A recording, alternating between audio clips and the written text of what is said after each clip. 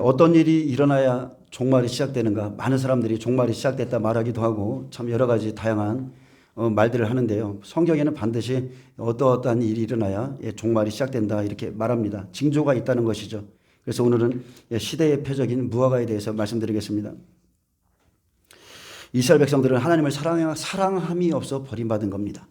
결론적으로 말하면 에베소 교회처럼 첫사랑을 잃어버렸기 때문에 이스라엘 백성들이 버림을 당했는데 그들의 모든 행위, 수고, 인내 여러 가지가 있었어요. 그런데 하나님의 사랑을 버린 것은 모든 것을 버린 것이라는 거 여러분 꼭 아셔야 됩니다. 하나님의 사랑이 뭘까요? 그냥 하나님을 내가 사랑해야 되나? 아닙니다. 그분이 하신 말씀을 지켜 행하는 것이 그분을 사랑하는 것입니다. 그 말씀을 버리고 말씀을 떠나서 무언가를 하려고 하는 것은 그거 잘못된 겁니다. 자, 이사야 46장 10절에 보면 이사야가 본 종말에 대한 기록이 있는데 이스라엘 땅에 복음이 들어가면 종말의 시작이라 그랬습니다. 그래서 내가 시초부터 종말을 알리며 아직 이루지 아니한 일을 옛적부터 보이고 이르기를 나의 뜻은 모략입니다.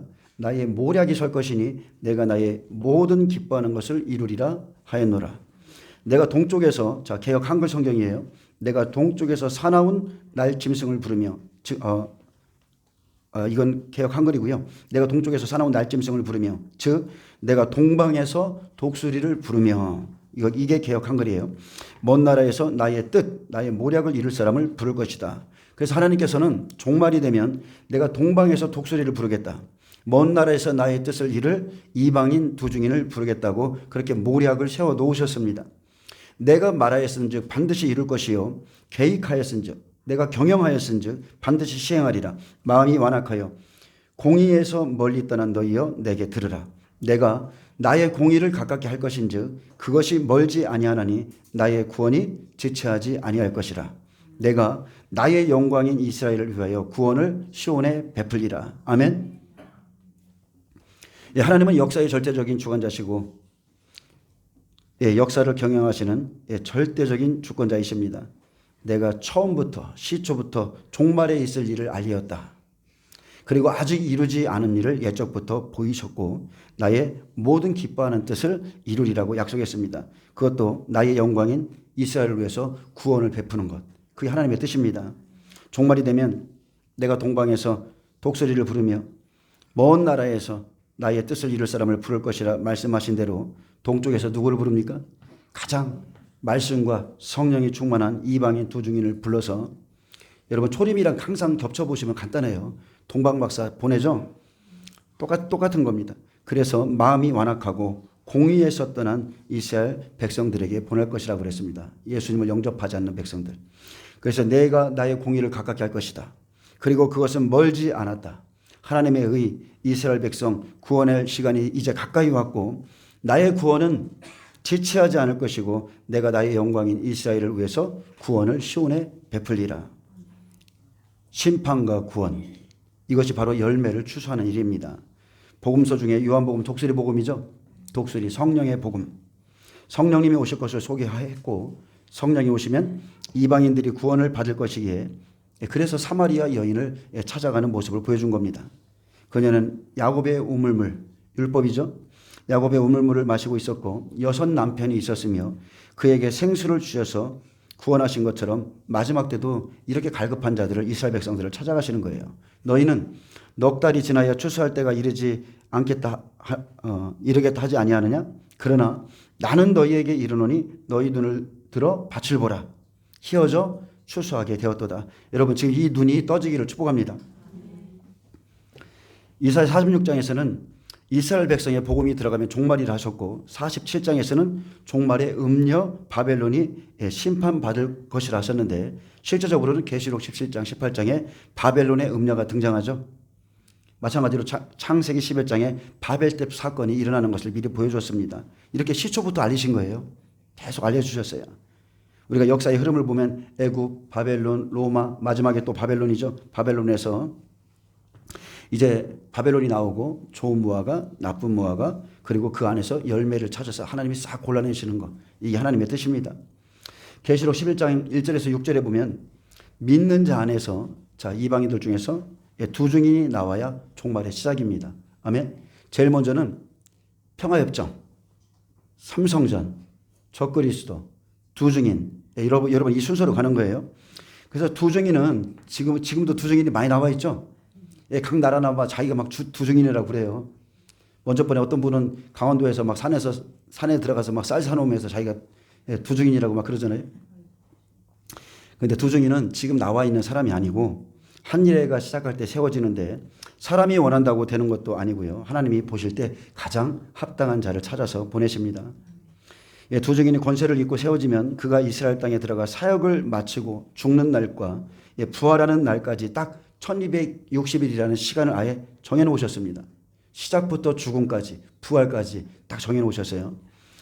계시록 11장 1절 또 내게 지팡이 같은 갈대를 주며 말하기를 일어나서 하나님의 성전과 제단과 그 안에서 경배하는 자들을 측량하되 성전 바깥마당은 뜰신앙이죠. 뜰입니다. 성전 바깥마당은 측량하지 말고 그냥 두라. 이것은 이방인에게 주었은즉 그들이 거룩한 성을 42달 동안 짓밟으리라. 아멘. 한일회는 이렇게 시작하는 겁니다. 측량. 참된 경배자와 거짓된 경배자. 성전과 그리고 제단에 있는 자들과 아니면 뜰에 있는 자들을 하나님이 먼저 측량부터 시작하는 게 마지막 한일회 때 있을 일이고요. 그래서 하나님의 심판은 성전 안에서 바로 교회 안에서 믿는 자들에게 먼저 오는 겁니다. 그냥 두라. 이것은 이방인에게 주었다 하셨듯이 전 3년 반에 이렇게 측량되지 않은 자는 후 3년 반 42달 동안 짓밟힙니다. 측량은 하나님의 기준입니다. 이 잣대 여러분 마지막 때는 갈대와 같은 지팡이 주죠. 갈대와 같은 지팡이, 거짓 선지자. 그래서 참 선지자와 거짓 선지자를 같이 내보내요. 그래서 하나님의 기준으로 분별하고 헤아리고 나눈다는 뜻이 측량이에요. 하나님의 기준이에요. 그 사람이 말씀에 서 있는지 진리에 서 있는지 그렇게 해서 나눈다는 뜻이고요.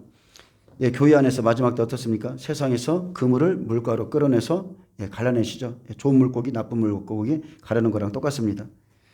그래서 생명으로 가는 자, 성전과 제단에서 경배하는 자고 진리가 좋아서 생명이 좋아서 예수님이 좋아서 가는 사람들, 그리스도의 영으로 인도함을 받는 사람들, 이 사람들은 대부분 항상 보면 어디에 있어요? 항상 이들은 성전과 제단에 있어요. 그리고 뜰신앙, 인위적이거나 다른 원해서 들어와 있는 사람들이죠. 내가 원해서일 수도 있고 사람이 칭찬해 주기 때문에 할 수도 있고 그냥 쉽게 말하면 중심이 다릅니다. 중심. 그래서 뜰신앙은 측량을 안 하는 겁니다.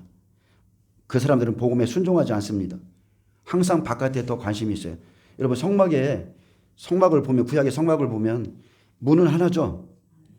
문은 오직 예수 그리스도로 말미암아 구원받기 때문에 하나인데 그 안에 보면 번제단이 있는 그 장소 거기가 뜰이잖아요. 뜰신앙인데 바깥마당인데 거기는 하늘이 보여요.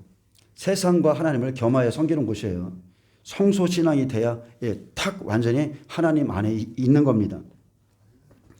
베드로전서 4장 17절에도 하나님의 집에서 심판을 시작할 때가 되었나니 만일 우리에게 먼저 하면 하나님의 복음을 순종하지 아니한 자들의 그 마지막은 어떠하며 또 의인이 겨우 구원을 받으면 경건하지 아니한 자와 죄인은 어디에 서리요. 그러므로 하나님의 뜻대로 고난을 받는 자들은 또한 선을 행하는 가운데에 그 영혼을 미쁘신 창조주께 의탁할지어다. 아멘. 한 번 구원은 영원한 구원입니까? 아니죠. 하나님의 집에서부터 심판을 시작할 때가 되었다고 그랬죠. 복음을 순종하지 아니하는 자들, 또 의인이 겨우 구원을 받으면 경건하지 아니한 자와 죄인은 어디에 서리요 이렇게 말했습니다. 그래서 하나님의 뜻대로 고난을 받는 것을 기뻐하시고 여러분 선을 행하시기를 바랍니다. 어떻게 행함으로 천국 들어가느냐 그렇게 말하는데 그것만큼 우스운 소리가 없어요. 구원은 거저받지만 구원을 거저받은 사람들은 삶이 바뀌고 그저 행위가 바뀌고 하나님을 따라서 선을 행하게 돼 있습니다. 계시록 11장 3절입니다. 내가 나의 두 증인에게 권세를 주리니 그들이 굵은 배옷을 입고 1260일을 예언하리라. 이들이 하는 일은 다른 게 아닙니다. 하나님의 말씀을 그대로 선포하는 겁니다. 대언하는 거예요. 이는 이 땅에 주 앞에 서 있는 두 감람나무. 원래 감람나무는 예수님이에요. 그리고 두 감람나무는 짝지어진 말씀을 의미합니다. 그리고 두 촛대는 두 증인이고 만일 누구든지 그들을 해하고자 하면 그들의 입에서 불이 나와서 그들의 원수를 삼켜버릴 것이요. 아멘. 삼킨다는 것은 소멸한다는 거죠. 누구든지 그들을 해하고자 하면 반드시 그와 같이 죽임을 당하리라. 두 증인에게, 자, 하나님의 증인이죠, 1260일의 권세를 주셨는데 이들은 굵은 베옷, 회개시키는 말씀의 옷을 입었습니다. 여러분, 회개하는 자만이 구원에 이르는 겁니다. 항상 회개하는 자만이 구원에 이르요. 그래서 이들이 받은 권세는 빌라델비아 교회에 보이신 것처럼 다윗의 열쇠를 가졌는데 환란 속에 딱 들어가면 이제 그들이 말하는 대로 되기 때문에 사망과 음부의 열쇠가 되는 겁니다. 말하는 대로 이루어지는 능력. 왜요? 하나님의 말씀이기 때문에. 말씀을 대언하기 때문에 그래요. 하나님의 말씀을 대언하기 때문에 그 말씀에 대한 증언이 진짜 있는 겁니다. 그래서 죽으라면 죽고 살라면 사는 거예요. 우리가 엘리야 때를 보면 알죠? 엘리야를 잡으러 온 50부장. 그때 이렇게 말했습니다. 내가 하나님의 사람이면 하늘에서 불이 나와 살을지어다. 말한 대로 되죠? 그래서 1260일 동안 두 증인이 예언의 말씀을 선포할 때 불이 나와서 대적하는 자들을 소멸합니다. 창세기 3장에 생명나무의 길을 가는 자들, 화영검으로 천사들이 함께해서 지키듯이 이들이 지금 마지막 시대의 생명나무이기에 강력한 천사들이 함께 일하는 겁니다. 아멘. 그들이 권능을 가지고 하늘을 닫아 그 예언을 하는 날 동안 비가 오지 못하게 하고, 아멘. 7년의 기근이고요. 또 권능을 가지고 물을 변하여 피가 되게 하고 아무 때든지 원하는 대로 여러 가지 재앙으로 땅을 치리로다. 땅이라는 것은, 땅을 친다는 것은 준비되지 않은 심령들이에요. 준비되지 않은 사람들, 여전히 땅에 거하고 땅에 속한 자들, 그들에게 말씀의 검, 말씀의 불, 두 가지가 임하는 겁니다. 그래서 두 증인이 외치는 대로 재앙이 오면 환란의 날입니다. 그리고 또 하나 있죠. 지나간 시대에 여호수아가 무너뜨린 그 성전이 세워진 후에 엘리야가 아합에게 보냄을 받습니다. 그리고 하나님의 명하신 대로 기근을 선포하자 3년 6개월 동안 비가 오지 않았습니다. 기근 때문에 이 일로 아합이 엘리야를 죽이러 찾아다녔습니다. 또 어떻습니까? 모세가 애굽에서 하나님의 말씀을 전할 때 바로가 듣지 않으니 10가지 재앙이 일어났습니다. 엘리사 시대도 마찬가지죠. 내가 만일 하나님의 사람이면 하늘에서 불이 내려올지다 선포하니 그대로 이루어졌습니다. 말씀대로 똑같아요. 제가 전하고자 하는 말이 뭐냐면, 말씀대로 이런 일이 이루어지면 그냥 종말이라는 거예요. 이런 일이 이루어지지 않으면 아직 시작도 안 된 겁니다. 그래서 시대를 분별하고 우리가 깨어서 준비할 때에 제일 중요한 것은 여러분 회개입니다. 회개. 말씀을 들으면요, 우리가 썩어질 것들을 하나씩 벗어야 돼요. 내가 육신으로 충만하다면 하나씩 다 벗는 것이 우리의 영혼에 유익합니다. 때는 가까운데 알고 있습니다. 근데 믿음이 되지 않아요. 나에게 그것이. 근데 그것은 다른 게 아니죠. 나의 마음을 움직이는 동기와 동력이 없기 때문입니다. 왜냐하면 하나님의 말씀을 한 귀로 듣고 한 귀로 흘리기 때문에 그래요. 제가 예전에 한번 그런 계시를 좀 받은 적이 있었는데, 가나의 혼례처럼 여섯 개의 항아리. 근데 하나의 항아리만 빼놓고 나머지 항아리의 밑부분이 깨져 있어요. 물을 채우라. 물을 계속 채워줘요. 근데 계속 흘러내리는 겁니다. 하나님의 말씀이 새겨지질 않아요. 그래서 지식은요, 머리만 움직이게 하는 겁니다. 아는 것은요, 머리만 움직여요. 근데 참된 믿음은 마음이 움직이기 때문에, 영이 움직이기 때문에 행함으로 나타나게 되어 있습니다.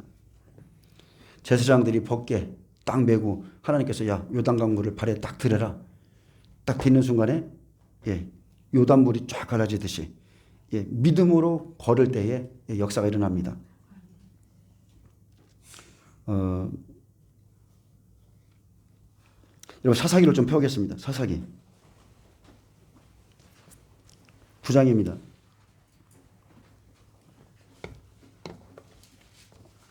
예, 9장을 좀 펴놓으세요. 8절부터입니다. 예, 마태복음 24장 32절에 이렇게 말합니다. 무화과 나무의 비유를 배우라. 그 가지가 연하여지고 잎사귀를 내면 여름이 가까운 줄을 아나니 그랬습니다. 예, 7, 8월의 무화과예요. 열매를 추수합니다. 무화과는. 이와 같이 너희도 이 모든 일을 보거든 인자가 가까이 곧 문 앞에 이른 줄 알라. 내가 진실로 너희에게 말하노니 이 세대가 지나가기 전에 이 일이 다 이루리라. 천지는 없어질지언정 내 말은 없어지지 아니하리라. 아멘. 믿으시죠? 천지는 없어질지언정, 예, 주님이 말씀하신 이 세대가 지나가기 전에 이 일이 반드시 일어납니다.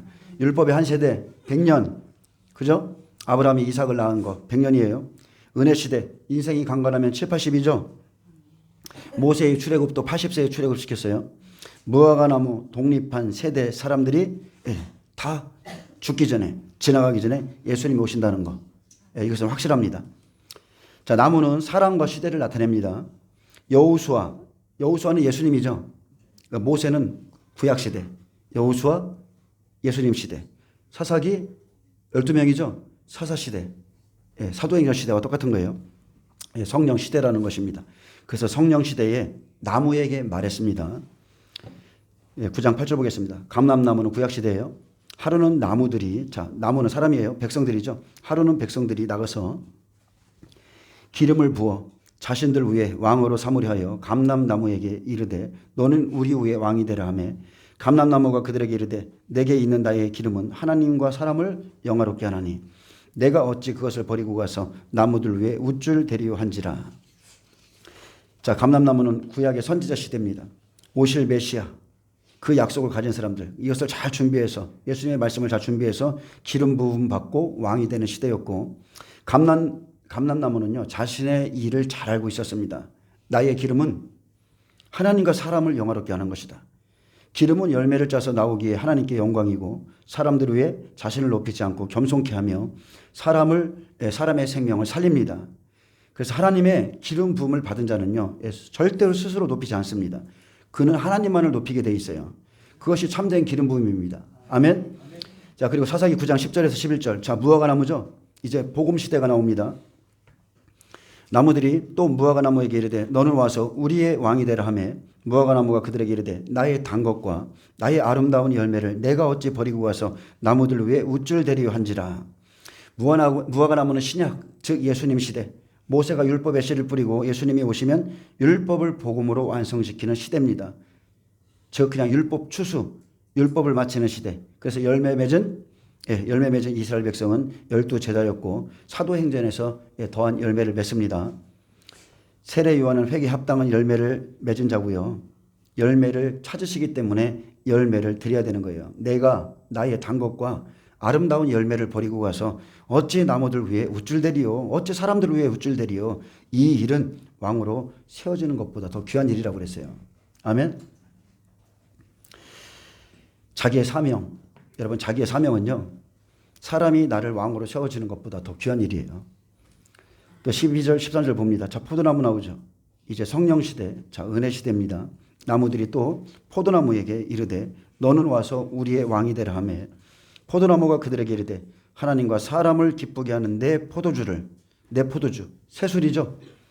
내가 어찌 버리고 가서 나무들 위에 우쭐 대리요 한지라. 자, 포도나무는 성령 시대. 아멘. 그래서 예수님의 복음이 성령으로 말미암아 진리를 통해서 참 생명을 얻게 하는 것. 아멘. 물이 변하여 포도주가 되는 시대. 아멘. 그것이 참 생명이에요. 여러분 말씀만 들어서 깨달아집니까? 아니죠. 성령이 오셔서 우리를 깨닫게 해야 그것이 포도주가 되는 거예요. 그래서 문맥이 아니라 내가 곧 길이요 진리요 생명이라 그 문맥 안의 진리, 그것이 생명인 겁니다. 그래서 성령님을 통해서 하나님의 뜻을 깨닫고 순종함으로 열매를 맺는 것이고, 그렇기 때문에 하나님과 사람을 기쁘게 하는 내 포도주를 내가 어찌 버리고 가서 사람들을 위해 서겠느냐. 물로 된 포도주는 희생하는 그리스도, 눌러 깨진 포도, 그 은혜를 아는 자가 어찌 사람들을 위해 서겠느냐. 물을 떠올 때는 복음 시대였고 나갈 땐 새술이죠. 피의 복음, 성령 시대, 사도행전에 쓰임받습니다. 그대는 지금까지 좋은 것을 두었도다. 물이 변하고 피가 변하여 포도주가 되는 것. 포도나무는 온 마음을 다하여 여러분 주님께 생명을 드려야 됩니다. 목숨까지 드리셔야 돼요. 아멘. 자, 그리고 14절부터 이제 16절에 가시나무 나옵니다. 가시나무는 종말 시대입니다. 종말 시대. 스스로 세워지는 자, 스스로 높이는 자. 마지막 때로 보면 적그리스도죠. 거짓된 기름 부음을 받은 자입니다. 참된 종들은 높은 자리에 서거나 대접받거나 다스리는 것을 원치도 않고요. 도리어 두려워합니다.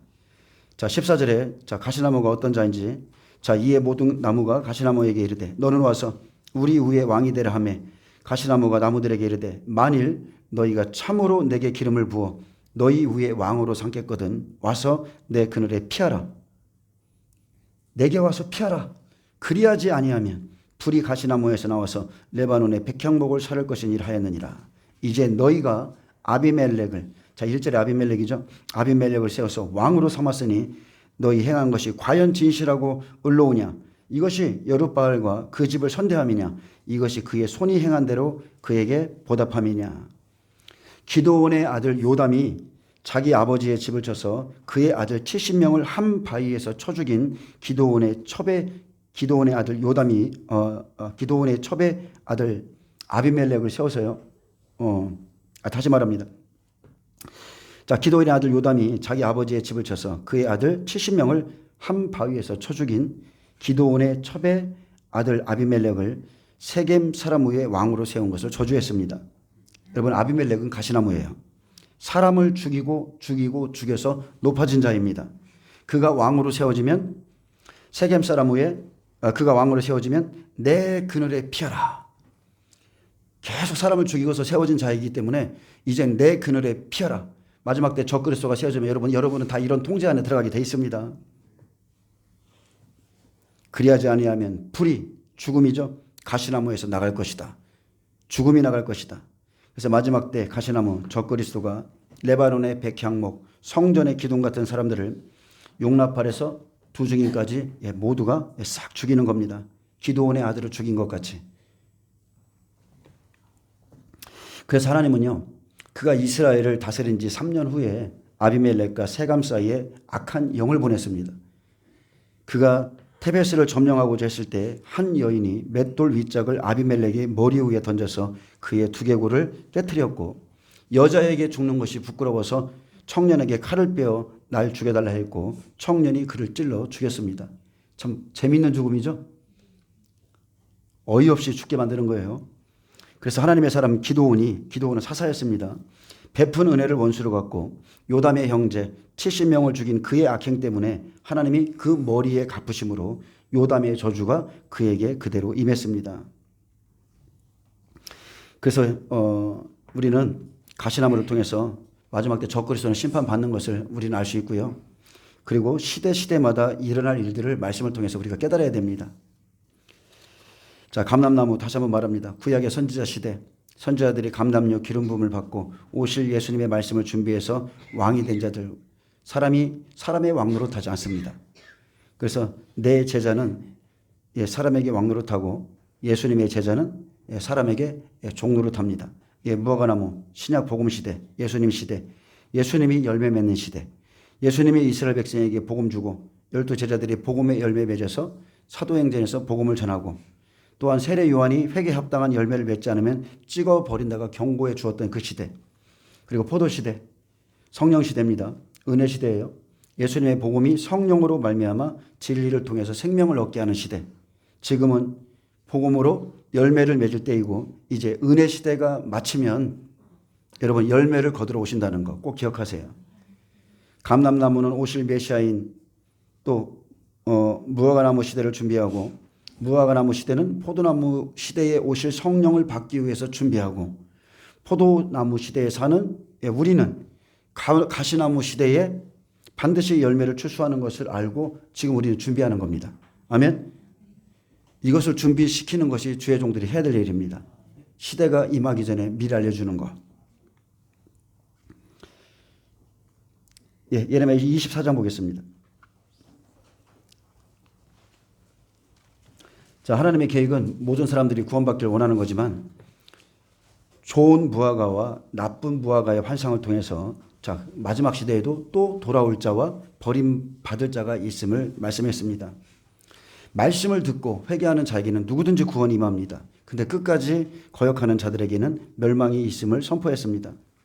그래서 이 시대에 바로 그 시대에 하나님은요, 예레미야를 통해서 싸우고 계셨어요.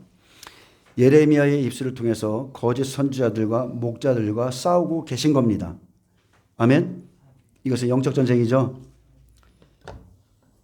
예레미야 27장 9절에 이렇게 말합니다. 너희 선지자나 복술가나 꿈꾸는 자나 술사와 요술자가 바벨론의 왕을 섬기게 되지 아니하리라 하여도 너희는 듣지 마라. 그들은 듣기 좋은 말로 너희에게 거짓을 예언하여 너희가 너희 땅에서 멀리 떠나게 하며 또 내가 너희를 몰아내게 하며 너희를 멸망하게 하느니라. 바벨론의 왕을 섬기게 되지 아니하리라 하는 선지자들의 말을 듣지 말라. 그들은 거짓을 예언함이라. 너희 중에 있는 선지자 점쟁이에게 미혹되지 말며 너희가 꾼 꿈도 고지 듣고 믿지 말라. 아멘. 왜 그래요? 하나님께로부터 온 것이 아니에요. 우리가 꿈은요. 저는 뭐 그렇게 꿈을 많이 꾸는 사람은 아니지만 저희 누님도 저희 여동생도 꿈으로 하나님께 계시를 많이 받습니다. 근데 그것은 꼭 진리라고 말할 수 없는 것이 그 사람의 영적인 상태에 따라서 받는 게 틀려요. 예, 그렇기 때문에 말씀만이 정확한 겁니다. 근데 이 시대에도 이런 자들이 있습니다. 바로 이 시대에 우리는 계시록 17장 18장에 바벨론에 끌려가지 않는다 말하는 사람들, 교회에는 절대로 환란에 들어가지 않는다 말하는 사람들, 너희는 우리 시대로 말한다면 이렇게 말하실 것 같아요. 너희는 너희 중에 환란 전 교회의 휴거를 주장하는 자들의 말 듣지 마. 나는 그들을 보낸 적도 없고 그들에게 그렇게 말한 적도 없어. 그들은 거짓을 예언하는 거야. 그들은 꿈꾸는 것을 자기가 예언하는 거야. 이렇게 말하시는 것과 똑같습니다. 안 믿는 분이 있는 것 같아요. 여기에. 믿어요? 안 믿어요? 여러분 말씀 믿으세요. 말씀. 제가 신앙의 초창기에 영안이 열린 상태로 살고 사는 게 아니었어요. 영안이 열린 상태로 살이니까. 길을 걸으면 영들이 저를 치고 다니니까 괴로워서 못 살았고 너무나 영이 예민하니까 아주 어떻게 할 바를 모르고 어디 나가지도 못하고 슈퍼를 거의 7, 8년 가보지도 못한 것 같아요. 나가면 몸이 아프니까. 그럴 정도로 영이 예민했어요. 그런 시간을 보냈는데 얼마나 영이 민감했겠어요. 근데 이런 소리가 들리고요. 저런 소리 참 많이 듣고 살았습니다. 영음이죠. 성령의 음성도 들었고 귀신의 음성도 많이 들었어요. 근데 진리가 없으니까 무엇이 진리인지가 헷갈리는 거예요. 그래서 여러분 말씀으로 그게 분별되는 거예요. 말씀으로. 시달려 본 사람들은 압니다. 오직 말씀만이 속에서 올라와요. 속에서. 속에서 올라와서 하나님이 딱 붙들고 이끌어 가시는 겁니다. 자, 두 강주리 안에 무화과들이 있었죠. 하나는 악한 무화과, 하나는 좋은 무화과입니다. 악한 무화과는 뭘까요? 바로 예레미야 선지자 그분의 말씀을 듣지 않고 여전히 세상 그 애굽을 쫓아가는 이스라엘 백성같이 거짓 선지자 하나님의 말을 따른 사람들이 악한 무화과였어요. 분명히 하나님은 좋은 무화과를 맺을 수 있도록 예레미야를 보내셨는데 그들 스스로가 하나님의 말씀을 듣고 따랐어요. 그리고 그 실체는 계시록에서 바로 바벨론의 음녀의 말을 듣고 쫓아가는 자들과 똑같습니다. 거짓을 믿고 그냥 가는 거예요. 확인도 안 해보고. 좋은 무화과는 예레미야 선지자의 말씀을 딱 듣자마자 하나님의 약속을 믿고 순종한 이스라엘 백성들이죠. 그 사람들은 환경 안 봅니다. 내가 바벨론에 끌려갈지라도 거기서 너희를 돌봐주겠다. 그 약속을 믿었어요. 자, 이 1절 보겠습니다. 바벨론 왕 느부갓네살이 유다 왕 여호야김의 아들 여고냐와 유다 고관들과 목공들과 철공들을 예루살렘에서 바벨론으로 옮긴 후에 여호와께서 여호와의 성전 앞에 놓인 무화과 두 광주리를 내게 보이셨는데 바벨론 왕 느부갓네살은 포로 생활 들어갈 때입니다. 여호와께서 여호와의 성전 앞에 놓인 무화과 두 광주리로 이스라엘 백성 중에 두 광주리를 보이셨습니다. 하나님께서 보실 때예요. 하나님의 시각으로 볼 때에 좋은 무화과와 아주 나쁘고 악한 무화과가 있었습니다. 남유다가 끌려갈 때 1, 2차는 예우를 갖춰서 데려갔어요. 그런데 이리저리 도망 다니다가 3차에 끌려간 사람들 있죠. 그때 눈을 뽑아서 비참하게 그 사람들 끌려갔습니다. 하나님의 뜻이기에 믿고 따라가면 좋게 여겨서 그 안에서 돌보심이 있는데 못 믿어서 그 말을 거부했죠. 자, 2절 봅니다. 한 광주리에는 처음 익은 듯한 극히 좋은 무화과가 있고 한 광주리에는 나빠서 먹을 수 없는 극히 나쁜 악한 무화과가 있더라. 여호와께서 내게 이르시되 예레미야야 내가 무엇을 보느냐? 내가 대답하되 무화과 이온데 그 좋은 무화과는 극히 좋고 그 나쁜 것은 아주 나빠서 먹을 수 없게 나쁘니이다. 여호와의 말씀이 또 내게 임하니라. 이르시되 이스라엘 하나님 여호와께서 이와 같이 말씀하시느니라. 내가 이곳에서 옮겨 갈대아인의 땅에 이르게 한 유다 포로를 이 좋은 무화과 같이 잘 돌볼 것이라. 아멘. 순종한 사람들이죠. 내가 그들을 돌아보아 좋게 하여 다시 이 땅으로 인도하고 세우고 헐지 아니하며 심고 뽑지 아니하겠고, 내가 여호와인 줄 아는 마음을 그들에게 주어서 그들이 진심으로 내게 돌아오게 하리니 그들은 내 백성이 되겠고 나는 그들의 하나님이 되리라. 이것이 하나님의 뜻입니다. 사람의 눈으로는 싫어요. 근데 이것이 하나님의 뜻이에요. 바벨론으로 끌려갈 것이란 말을 듣고 순종하며 준비한 자들이 그 안에서 돌보심을 받고 그리고 돌아왔습니다.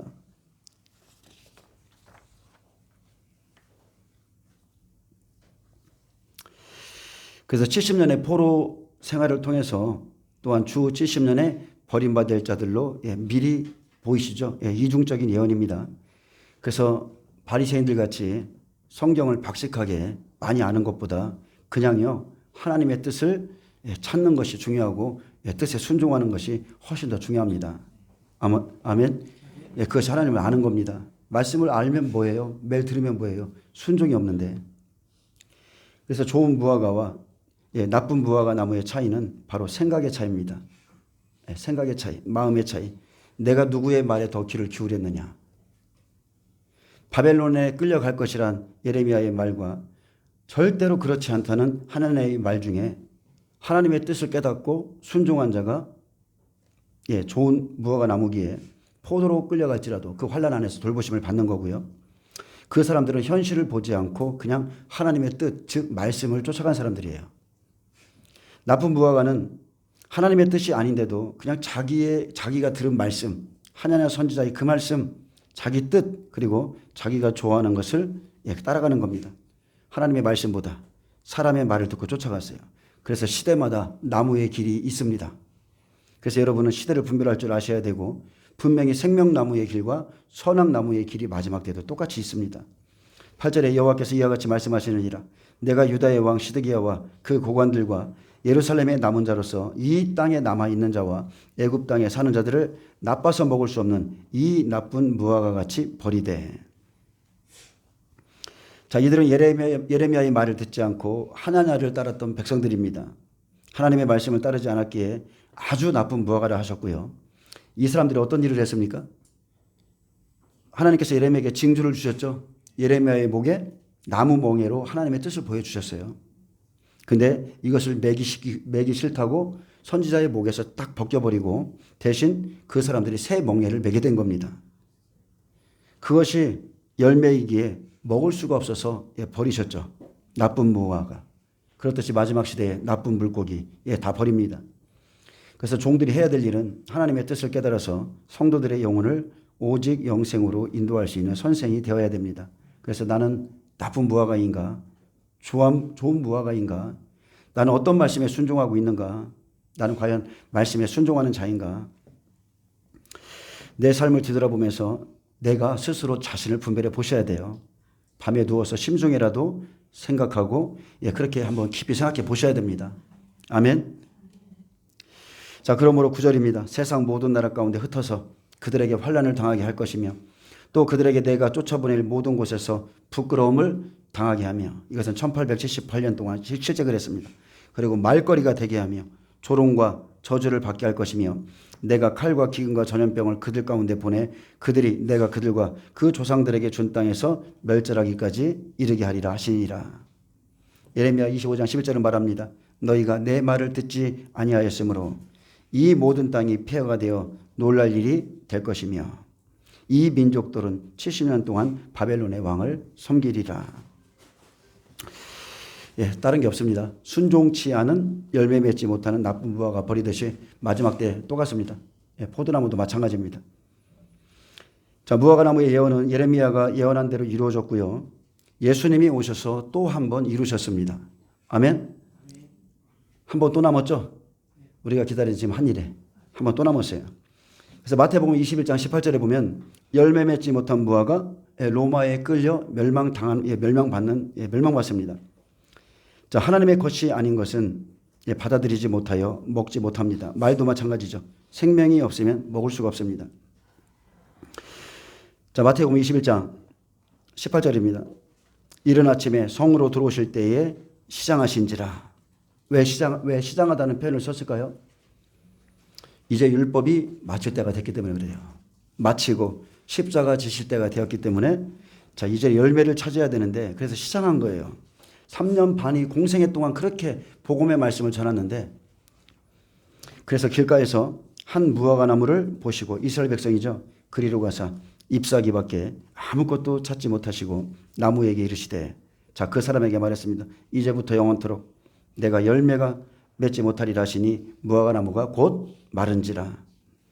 예수님 공생애에 사역을 마치고 성에 들어가실 때에 길가에서 한 무화과 나무를 보셨는데 복음을 들었던 이스라엘 백성이 이 나무죠. 율법으로 난 백성들로 복음의 열매를 맺지 못하고 3년이나 입과 말만 무성한 잎사귀밖에 없었다는 겁니다. 엄청나게 들었어요. 복음에 대해서 엄청난 말씀들을 들었어요. 그런데 열매가 없어요. 버린 것도 없고 무엇을 포기한 것도 없고 영생을 얻기 위해서 무엇을 노력한 것도 없고 영생을 얻기 위해서 제자들 같이 세간이나 배나 아버지를 그렇게 버린 이런 아무것도 없습니다. 예수님께서 십자가 지실 때까지 열매를 얻지 못해서 좋지 못한 무화과 나무 저주하셨고 결국 말라버렸습니다. 이 일은 곧 우리 일이 됩니다. 이것은 절대로 남 이야기가 아니에요. 곧 우리에게 닥칠 일이에요. 제자들이 보고 이상히 여겨 이르되 무화과 나무가 어찌하여 곧 말랐나이까. 예수께서 대답하여 이르시되 내가 진실로 너에게 이르노니 만일 너희가 자, 제자 시대예요. 만일 너희가 믿음이 있고 의심하지 아니하면 이 무화과 나무에게 된 이런 일뿐만 아니라 이 산더러 이 산 교회죠. 율법교회 이 산더러 들려서 바다에 들려지라 하여도 될 것이요. 그대로 됩니다. 의심하지 않고 기도하면 이루어질 것을 가르쳐 주셨는데 교회가 생명을 준비하지 못하면 세상에 던져지는 날이 옵니다. 아멘. 많은 사람들이 지금 세상이 우리를 죽일까 봐 악한 자들이 세워져서 우리를 죽일까 봐 두려워서 의지하는데 여러분 교회가 생명이 없기 때문에 하나님이 세상에 던져버리는 거예요. 시간 딱 주시고 그 시간까지도 교회가 회개하지 않으면 딱 던져버리는 겁니다. 그래서 제자들이 사역할 때까지 돌아오지 않으면 이스라엘 교회는 산이죠. 율법산 그냥 던져지는 겁니다. 로마라는 바다에 세상에 던져서 주 70년에 완전히 로마에 멸망당합니다. 3년 동안 율법을 복음으로 열매를 맺을 수 있었지만 이제 율법이 마치자 저주가 되었죠. 은혜 시대 때 복음이 마치면 여러분 우리에게 저주예요. 이해되십니까? 이방인의 충만한 수가 찰 때까지 우리가 변하고 이렇게 열매를 맺지 못하면 복음은 우리에게 저주가 되는 거예요. 이스라엘 백성이 열매를 맺지 못하고 잎사귀기만 무성한 것은 바로 바리새인, 서기관, 종교 지도자들의 죄 때문에 그렇습니다. 그들은 예수님과 많은 말을 했습니다. 예수님을 쫓아다녔어요. 근데 자기들의 가진 지식으로 끊임없이 정죄하고 시험만 했지 예수님의 말씀 안에 은혜 못 받았습니다. 그분의 말씀에 은혜 못 받았어요. 말씀을 깨닫지 못했다는 거죠. 즉 생명을 얻지 못했다는 거예요. 우리도 이럴 수 있습니다. 말씀은 듣는데 은혜가 없어요. 생명을 받지 않습니다. 그러므로 주 70년에 저주받았고 이 사람들은 한 일에 때 돌아와야 열매를 다시 맺습니다. 근데 그때도 좋은 무화과와 악한 무화과로 나눌 것이라고 했고요.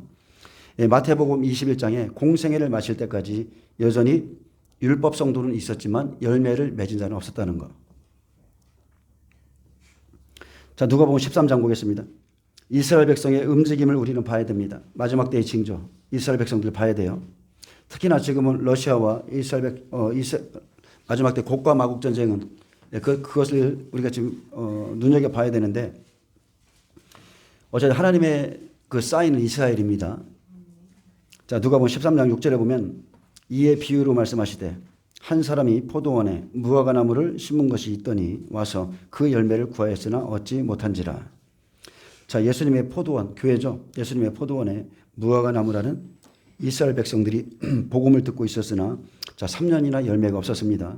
포도원 지기에게 이르되 내가 3년을 와서 이 무화과 나무의 열매를 구하되 얻지 못하니 찍어버리라. 어찌 땅만 버리게 하겠느냐. 포도원 지기는 예수님의 12 제자입니다. 성령시대의 포도원 지기로 사명을 감당합니다. 내가 3년을 와서 그랬어요. 공생애 내내 이스라엘 백성 예, 이스라엘 백성 복음 받지 않았습니다. 공생애 동안은요 이스라엘 집에 잃어버린 양의 귀로만 가셨죠. 예, 이방인에게 복음 주지 않았어요. 그래서 3년 동안이나 3년 동안이나 그렇게 복음을 전했는데 땅만 버렸다는 거예요. 그래서 마태복음 21장에 저주를 받았습니다. 열매를 맺지 않으면 하나님의 백성이 아니기에 땅만 버리지 말고 이제 찍어버리라. 성령시대 제자들이 사역을 감당할 때인데 열매를 맺지 못한 자 저주하여 완전히 말라버리는 겁니다. 자, 8절에 대답하여 이르되 주인이여 금년에도 그대로 두소서. 내가 두릅하고 거름을 줄이니. 자, 성령시대죠. 주인이여 금년에도 12제자가 성령시대 사역을 감당할 때로 내가 12제자가 두릅하고 거름을 주겠습니다. 이렇게 말했습니다. 예, 다른 게 아니죠. 무엇을 줍니까? 근본된 그들의 근본된 율법의 말씀에다가 성령의 진리를 주는 거예요. 아멘. 그래서 성령의 생명의 법을 주어서 율법을 복음으로 그렇게 성취하는 일을 이들이 하는 겁니다. 근데 이후에 만일 열매가 열면 좋거니와 그렇지 않으면 찍어버리소서 하였다 하시니라. 자, 이유는 제자 시대까지도 열매를 맺지 못하면 찍어버리소서 하였고 제자 시대에 열매를 맺지 못한 자들 주 70년에 실제 다 찍어버렸습니다. 그래서 이렇듯이 초림과 똑같이 이스라엘 백성 움직임을 보면 마지막을 알 수 있습니다. 이 말씀이 좀 어렵죠? 자, 마지막 때입니다. 로마서 11장. 이스라엘 백성 봉가지 접붙이는 날이 올 것이라 하셨고 에스겔서엔 이 부분에 대해서 더욱더 자세히 기록해 놓으셨습니다. 시대를 분별하는 것은 우리의 삶을 주님께 집중하고 이스라엘 백성들과 같은 실수를 하지 않기 위해서입니다. 나는 열매를 맺은 자인가? 아니면 나는 입만 무성한 가지가 아닌가? 바리새인과 백성들이 예수님을 날마다 찾아다녔습니다. 만나서 물었고 변론하고 따지기도 하면서 설교를 들었어도 올바른 지식을 따르지 않았기에 자기 것 하나 버리지 못했습니다. 여러분, 지금 추수의 때입니다. 과연 이 시대에 우리는 영생을 위해서 모든 것을 버리며 예수님을 따르고 있습니까? 교회는 깨어나서요, 자기 열매를 살펴야 돼요. 바벨론에 있는 자기 백성의 모습을 좋은 무화과나무와 나쁜 무화과로 보이셨듯이 은혜 시대가 마치면 이제 바다에서 그물을 건지고 앉아서 좋은 물고기와 나쁜 물고기들을 갈라내실 거라 했습니다. 우리 마음에 진리가 있으면 거짓과 거짓 선생의 말과 거짓 선자들을 분별할 수 있고 그리고 하나님의 공의로운 말씀이 우리 심령에서 샛별과 같이 떠올라서 내 모습을 볼 수 있습니다. 아멘. 샛별은 성령이시죠. 근데 예수님을 따르면서도 내게 사랑이 없으면 내가 아무것도 아니라고 그랬어요. 근데 성경에서 말하는 사랑은 다른 게 아니에요. 그분의 말씀인 거예요. 첫째는 하나님 사랑이죠. 너는 내 마음, 내 목숨, 내 성품, 내 힘과 마음을 다하여 주 너희 하나님을 사랑하라. 그런데 고린도전서 13장에 가니까 은사장 마지막에 뭐예요? 더 좋은 은사를 추구하라 그러고서 사랑을 보여주잖아요. 그런데 사람의 방언, 천사의 말을 할지라도 사랑이 없으면 소리나는 구리와 울리는 꽹과리가 되고 내가 예언하는 능력이 있어 모든 비밀과 모든 지식을 알고 또 산을 옮길 만한 모든 믿음이 있을지라도 사랑이 없으면 내가 아무것도 아니요.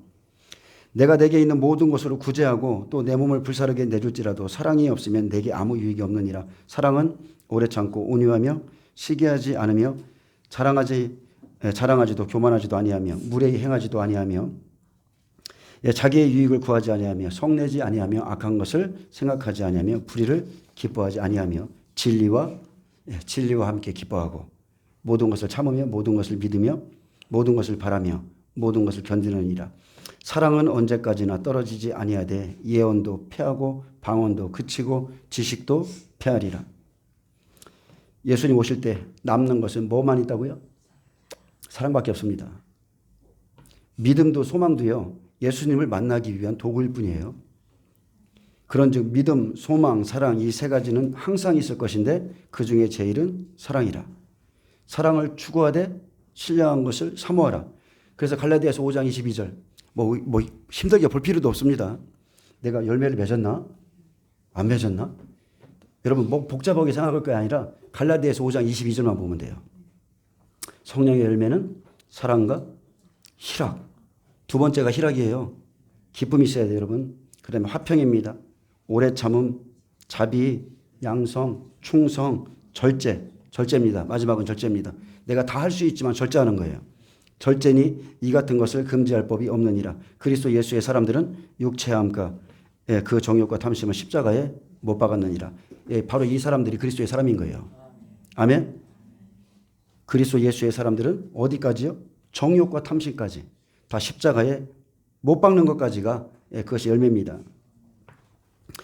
자, 그래서 고린도후서 5장 15절에 그가 모든 사람을 대신하여 죽으심은 살아있는 자들로 하여금 다시는 그들 자신을 위하여 살지 않고 오직 그들을 대신하여 죽었다가 다시 살아나시는 이를 위하여 살게 하려 함이라. 열매는 다른 게 아닙니다. 내가 예수님을 만났는데 자기 자신을 위해서 살지 않는 것이 열매입니다. 아멘. 살든지 죽든지 그냥 그리스도가 내 몸에서 존귀하게 되는 것, 그것을 위해서 사는 것, 그것이 진짜 열매예요. 아멘. 기도하겠습니다. 주님 감사합니다. 마지막 시대를 분별하면서 우리가 무엇을 준비해야 되며 우리의 열매가 어떤지 살펴보게 하심을 감사합니다. 감사합니다. 예수님의 이름으로 기도합니다. 아멘. 하나님께 영광 박수 올려드립니다.